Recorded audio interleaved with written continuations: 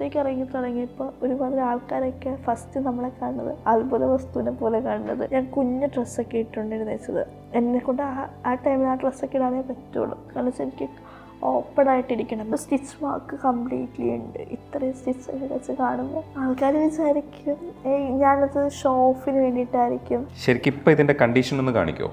2-3 വിരലിണങ്ങി തുടങ്ങി. Right hand use ചെയ്യാൻ പറ്റില്ല, ലെഫ്റ്റ് ഹാൻഡ് യൂസ് ചെയ്യാൻ പറ്റില്ല.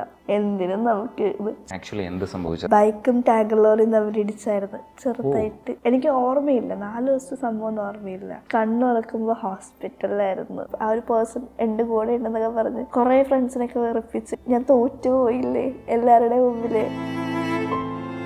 എടുത്തൊരു തീരുമാനമാണെങ്കിൽ വീട്ടുകാരെ വേദനിപ്പിച്ചിട്ടാണെങ്കിൽ ഞാൻ വേസ്റ്റ് ആയില്ലേ, ലൈഫ് തന്നെ വേസ്റ്റ് ആയില്ലേ. നമുക്ക് കൂടെ ഉണ്ടായ ആളും പോയി, എവിടെ തുടങ്ങണമെന്ന് അറിയാൻ പാടാത്തൊരു സിറ്റുവേഷൻ. ലൈക്ക് വട്ടപൂജ്യത്തിന്